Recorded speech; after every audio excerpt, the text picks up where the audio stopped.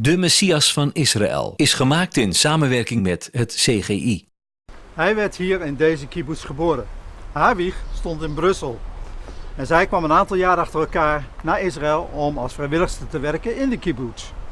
Na 4 jaar ontmoeten ze elkaar, ze trouwen en met hun gezin wonen ze dan jarenlang in Brussel.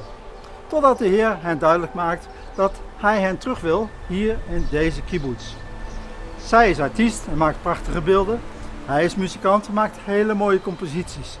En samen dienen ze de Heer vanuit de creatieve gaves die hij hun heeft gegeven.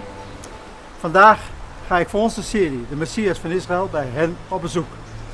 Hun naam, Alon en Anne Tamir.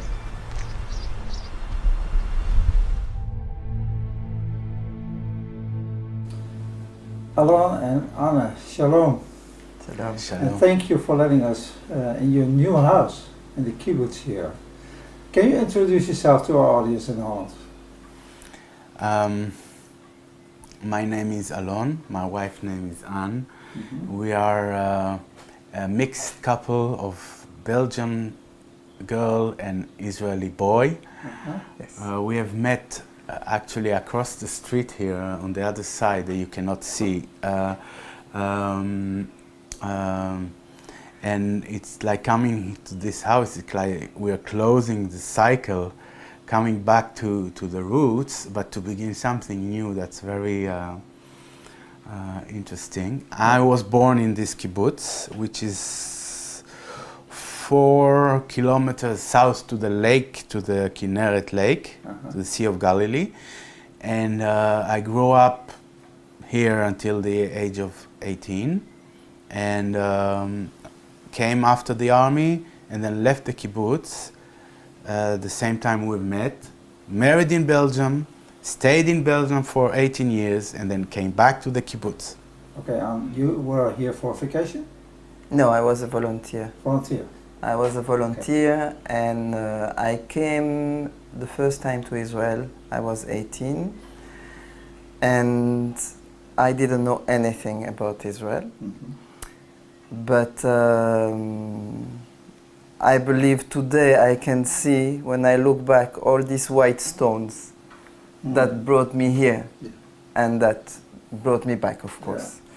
So I came to work, first of all because I wanted to go out of Belgium. I needed to find something else.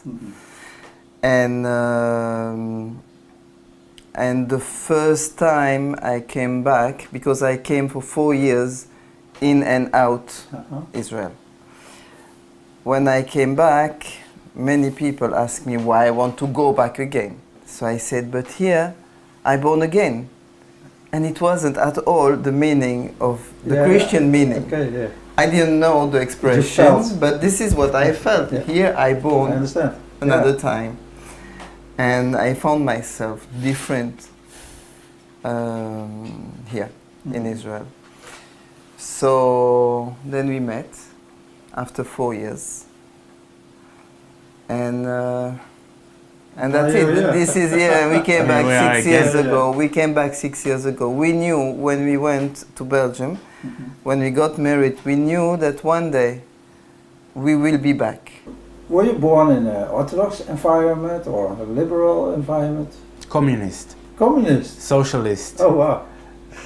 First May.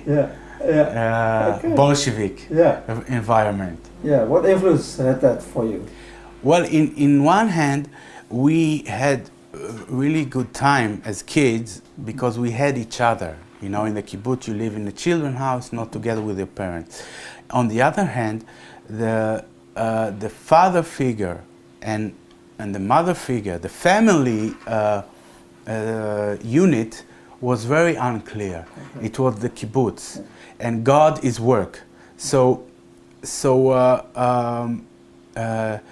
for most of us, it became very difficult to have a good, solid, healthy, loving father image, and the Lord had to deal with it in me when I became a believer. In us, I believe, because we both have family issues. for Anne it's different.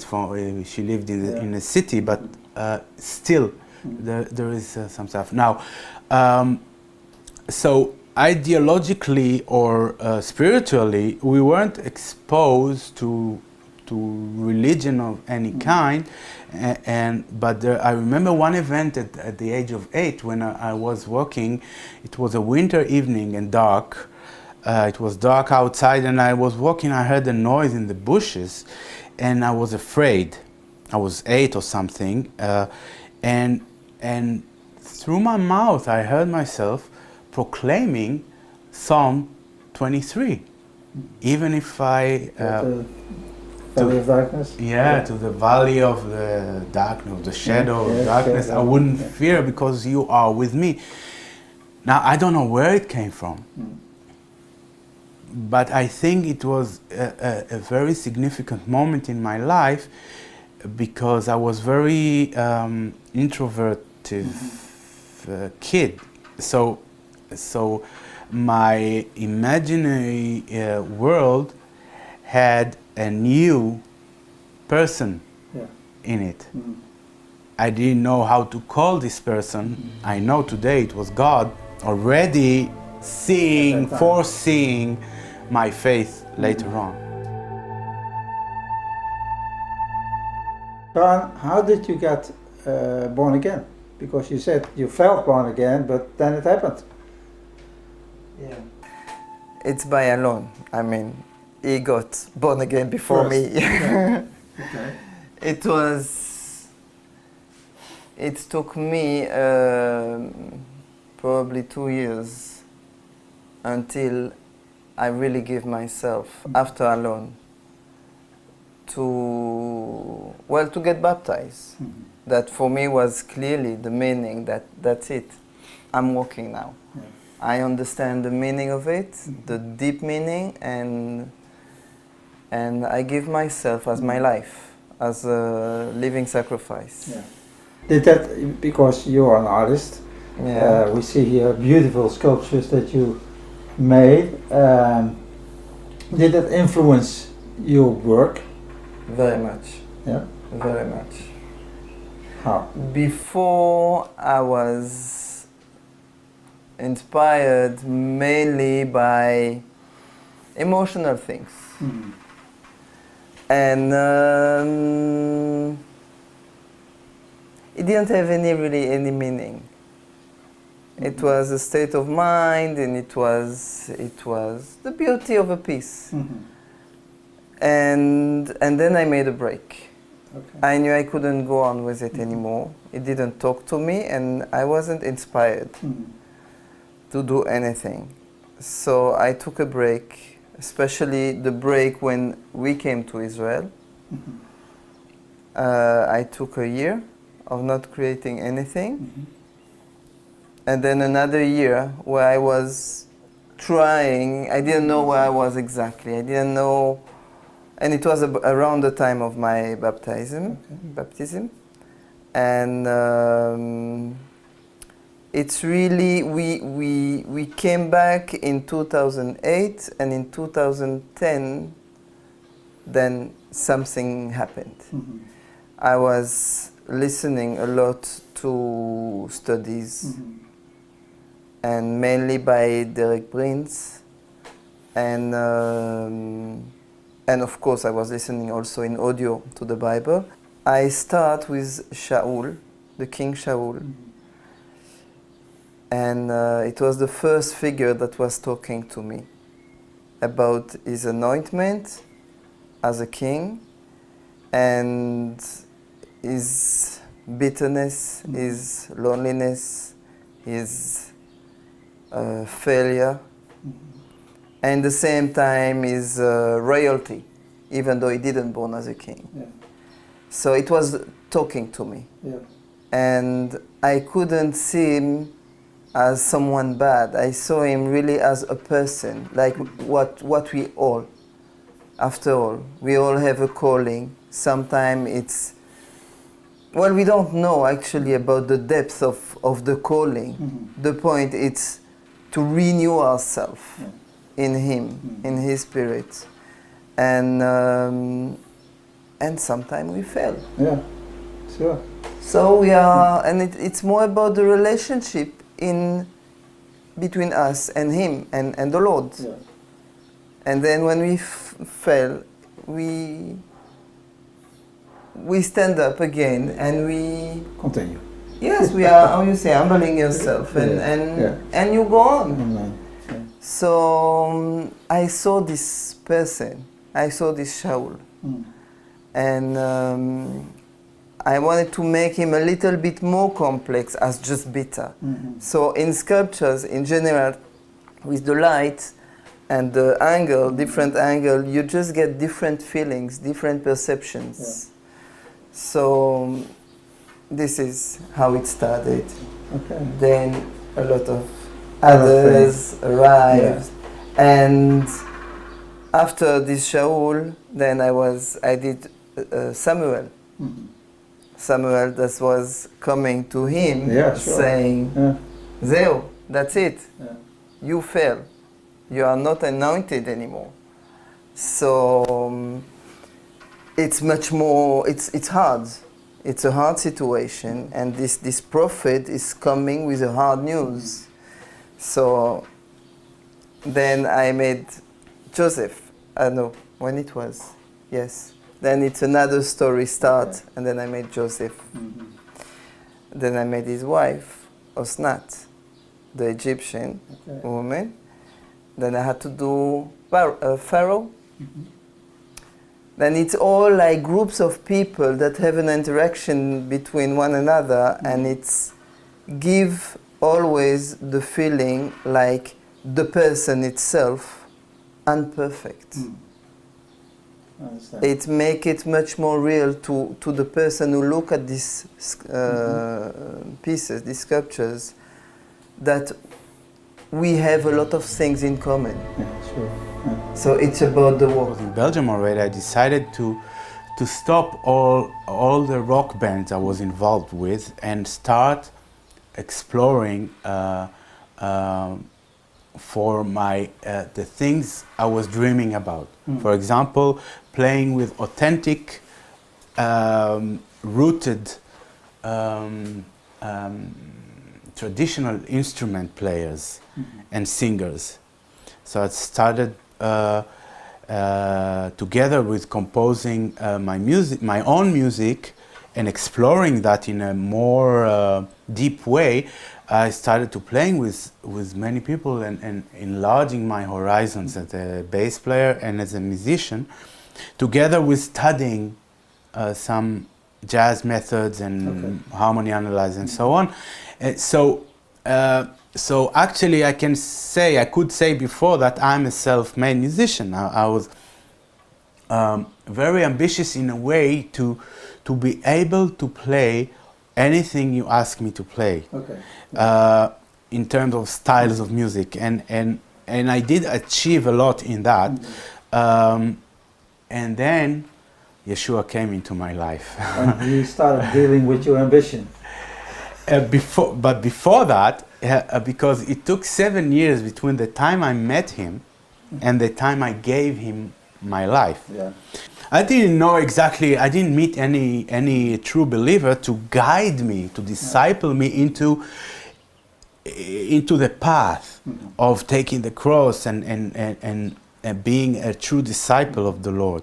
I didn't know all about that, but at the same time, he poured at me. Just take an example. I was a musician who wrote everything he plays. I started improvising from a day to the next day. It was like a sudden. I started to not only improvise on theme like in jazz music, but also to improvise on the whole concept of the whole composition.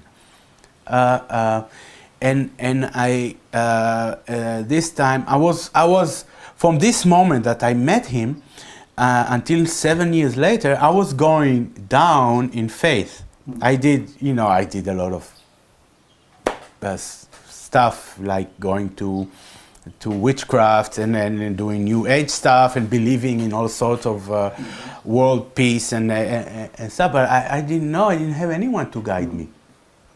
And the Messiah issue wasn't really there until 7 years. I was tired of my own image of God. Yeah.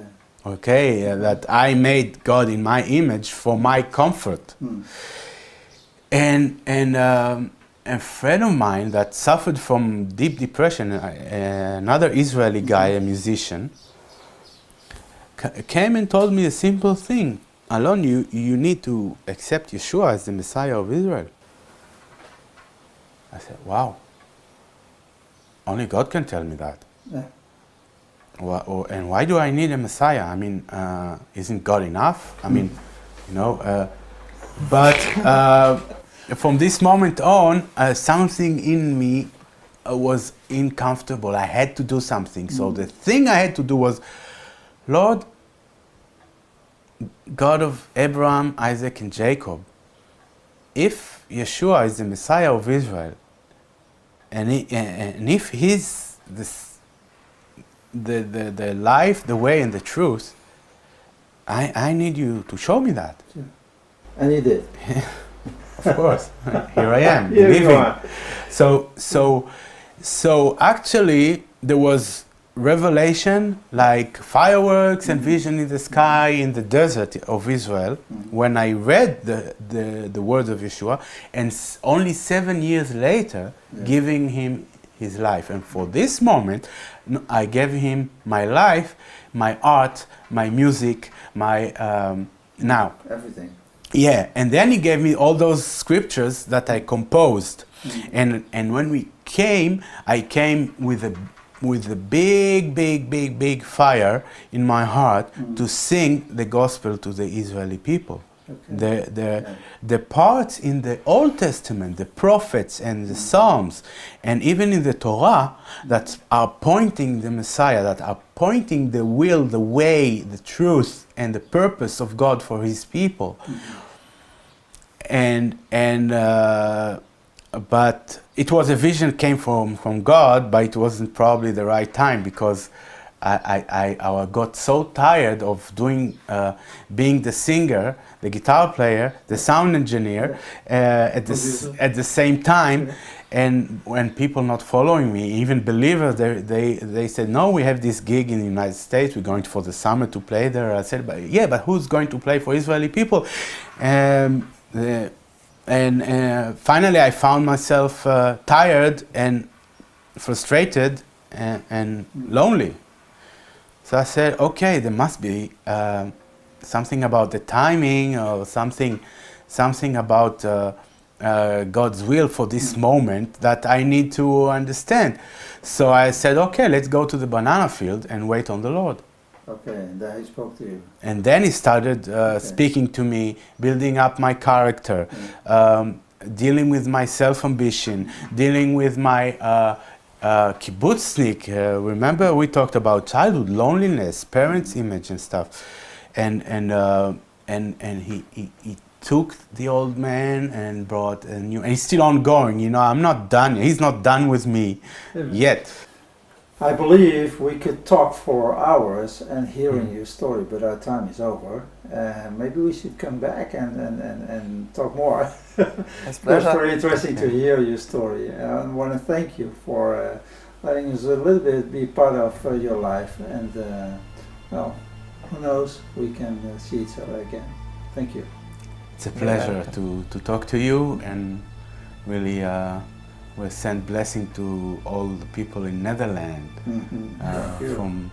from Israel, and be blessed. Thank you very much. De Messias van Israël is gemaakt in samenwerking met het CGI.